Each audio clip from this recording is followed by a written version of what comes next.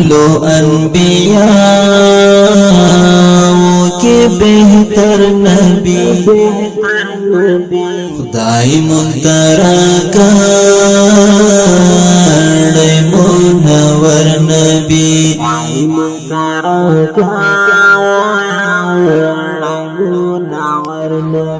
الحمد لله رب العالمين والعاقبة للمتقين والصلاة والسلام على خير خلقه محمد وآله وأصحابه أجمعين. دا حنفي مذهب دا گروپ مینوالو السلام علیکم ورحمة الله وبرکاته. څرنګه چې زموږ د درس موضوع ده نن د یا رسول الله ویل دا څنګه دي، ځکه بعضې خلک وایي او په بعضې نوي کتابو کې هم لیکل سوي دي چې لفظ د یا رسول الله ویل شرک او حرام کار دی، دی وایي، او بعضې کسانان یې جائز بولي، هغه وایي دا روا دی. نو حقیقت څه دی؟ آیا صحابه مبارکانو، تابعینو او اکابرینو څخه د امت په دې هکله یو څه ثبوت سته او که نه؟ جواب دا دی، هم د صحابه مبارکانو څخه، هم د تابعینو څخه، هم د تبع تابعینو څخه، هم د محدثینو څخه، هم د اکابرینو علماو څخه، هم د لوی مشایخو کرامو څخه په دې هکله نقلونه او روایتونه راغلي دي، او ټولو نبی کریم صلی الله علیه و آله وسلم ته د وفات وروسته ندا کړې ده، او ټولو دا لفظ د یا رسول الله او د یا نبی الله او داسې نور الفاظ د ندا استعمال کړي دي، یعنی دې ټولو دا ندا کړې ده. دا خلک ټولو وایي چې دا حرام او شرک نه دی، چې هغه نومونه په دې ډول دي. اول نافع وایي چې هر کله به حضرت عبدالله ابن عمر رضی الله تعالی عنه د سفر څخه رالی نو مسجد نبوي ته به ورغلی او بیا به و قبر شریف ته د رسول الله صلی الله علیه و آله وسلم ورغلی او وبې ویل السلام علیک یا رسول الله، او بیا دې ویل چې السلام علیک یا ابا بکر. ته ګوره دلته دا د ده ندا کړې ده، یا رسول الله داسې به وویل، او یا ابا بکر داسې به وویل. دا چا دا ندا کړې ده؟ دا یو جل القدر صحابي حضرت عبدالله ابن عمر رضی الله تعالی عنه به کول. او دا غرقم دا الفاظ فاتحیاتو لله فاتحیاتو کې هم استعمال سوی دی، چې حضرت عبدالله ابن مسعود رضی الله تعالی عنه څخه را نقل سوی ده د اتحیات، او عام مسلمانان هم په خپلو لمنځو کې اوس وایي، چې هغه موږ تاسو دا په خپلو لمنځو کې اوس وایي د اتحیات. څنګه وایو؟ السلام علیک ایها النبی. ته ګوره په اتحیاته کې دا لفظ موږ استعمالوو چې السلام علیک ایها النبی. د ایها النبی تورې ام ندا ده، د یا رسول الله تورې ام ندا ده، د یا نبی الله تورې ام ندا ده. د دې معنا د ټولو دا یوه ده، په دې کې فرق نشته. نو دا بعض خلک یې په لمانځه کې وایي چې ایها النبی، هلته شرک یې نه بولي، هلته یې حرام نه بولي، چې د لمانځه څخه بغیر یې دی حرام او شرک یې بولي. دا غیر مذهبي انسانان درښوم. نو چې په لمانځه کې روا سو، په لمانځه کې وایه په اتحیاته کې چې السلام علیک ایها النبی، دلته سلام ورته اچې او ندا ورته کوې، دلته یې حلال بولې او غیر د لمانځه څخه یې حرام بولې. دا څنګه پوهې ده؟ دا څنګه عقل دی؟ نو دا هم ندا ده، او دا تحیات د چا څخه ثابت ده؟ دا د حضرت عبدالله ابن مسعود رضی الله تعالی عنه څخه. دا هغه زمانې څخه ویل کېږي، در ننه زمانې څه علما، څه اولیاء کرام، څه صحابه کرام الاجمعین، ته ګوره دا ده چې جناب محمد رسول الله صلی الله علیه و وسلم د دنیا څخه رحلت کړی دی، دا ټوله بیا وروسته دا ندا کوي په لمانځه کې. راځو ودرېهم ځای ته حضرت مالک الدار چې د حضرت عمر رضی الله تعالی عنہ خزانه دار و، هغه وایي چې حضرت عمر رضی الله تعالی عنہ په زمانه کې وچکلي پیښه سوه. نو یو سړی راغلی د نبی کریم صلی الله علیه و وسلم قبر ته او یې ویل یا رسول الله صلی الله علیه و وسلم.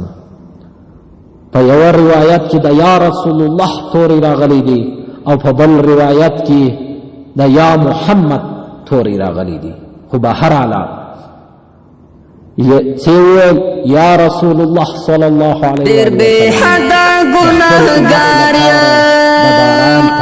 مغفرت غواړم لتانا زبند دیم گیواسا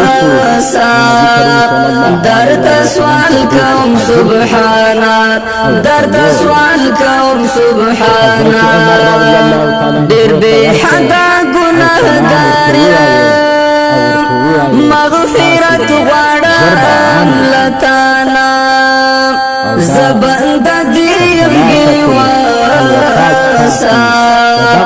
درد سوال کوم سبحانا درد سوال کوم سبحانا ترحمی ترحمانی تبخن کئی مهر. داغه رقم په بل ځای کې په ابن کثیر رحمت الله تعالی علیه په خپل تاریخ کتاب کې لیکلي دي چې د امامه په جنگ کې چې کله حضرت خالد بن ولید رضی الله تعالی عنہ حمله وکړل، یعنی د امامه د جنگ مشرتوب د خالد بن ولید رضی الله تعالی عنہ مبارکو.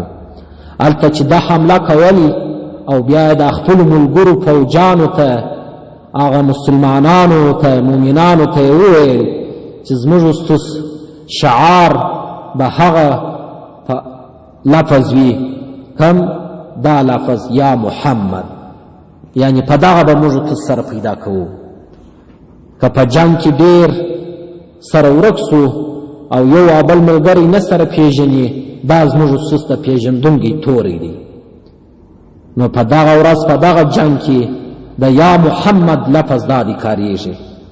نو که دا شرک وای او دا حرام کار وای، دون جل القدر صحابه لکه حضرت خالد بن ولید رضی الله تعالی عنہ مبارک دی بیا دا توری او دا لفظ نه استعمالوي، ځکه په دغه وخت کې نبی علیه الصلاة والسلام رحلت کړی دی. نو چې په دې ځای کې دون جل القدر صحابه دا دی دا لفظ استعمالوي، نو د دې څه معلومه ده دا نه شرک نه حرام. او بل ځای عبدالرحمن بن سعد رضی الله تعالی عنہ وایي چې حضرت ابن عمر رضی الله تعالی عنہ پښه بده سوه. په پښتو کې موږ تاسو ورته وایو چې میږیان ونیول او پښه یې بده سوه. یو چا ورته وویل چې ته ای عمر رضی الله تعالی عنہ مبارکه ته د داسې چا نوم یاد کړه چې تا ته ډېر محبوب وي، او بیا یې لاس پر چیرته.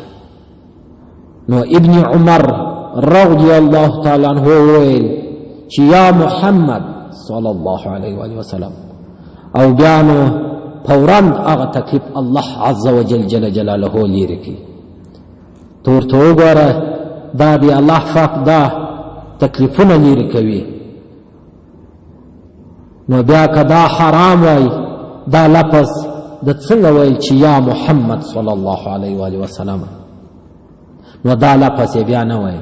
دا غره کم یو بل ځای راځي یو سړی د حضرت عثمان رضی الله تعالی عنہ په خلافت کې او په زمان کې و حضرت عثمان رضی الله تعالی عنہ ته راتلی د یو کار په حق له حضرت عثمان رضی الله تعالی عنہ هغه کار نه تر سره کوي.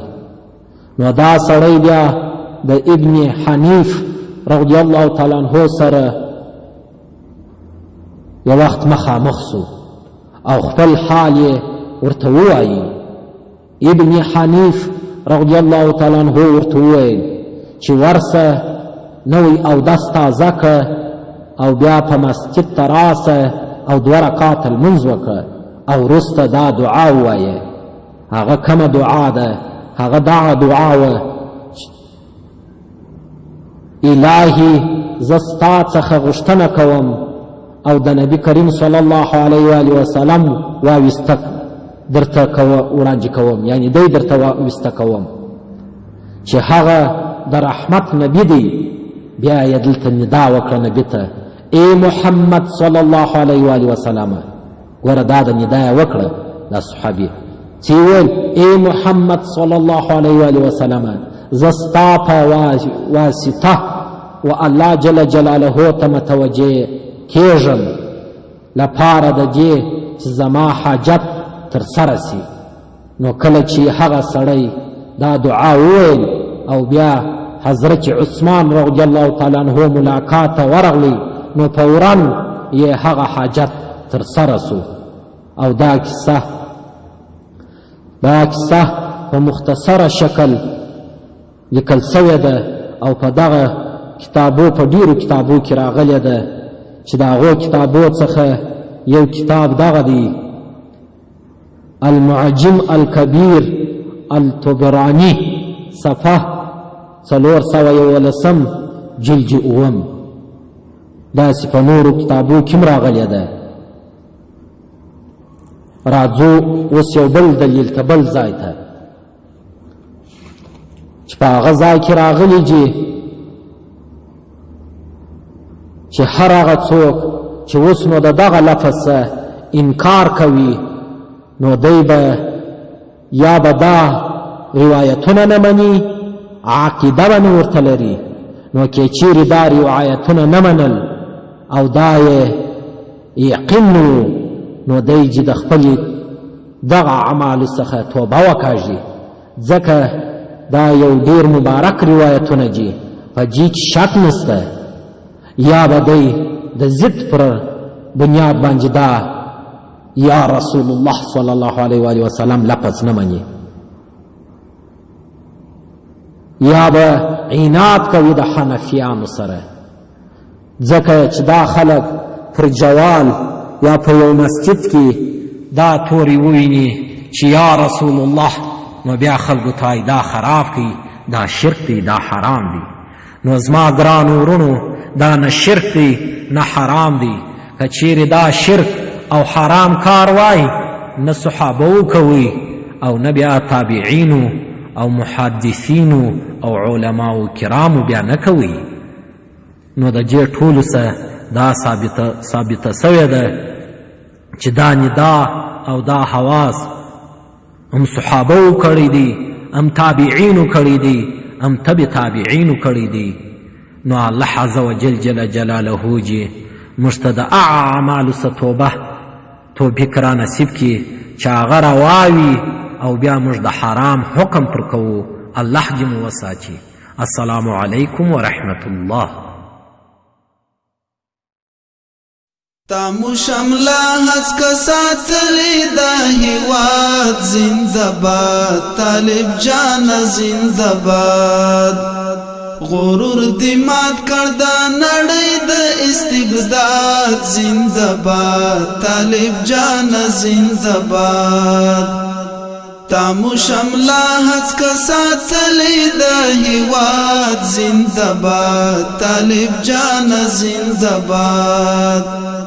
غرور دیمات کردا نړۍ د استبداد زندباد، طالب جان زندباد.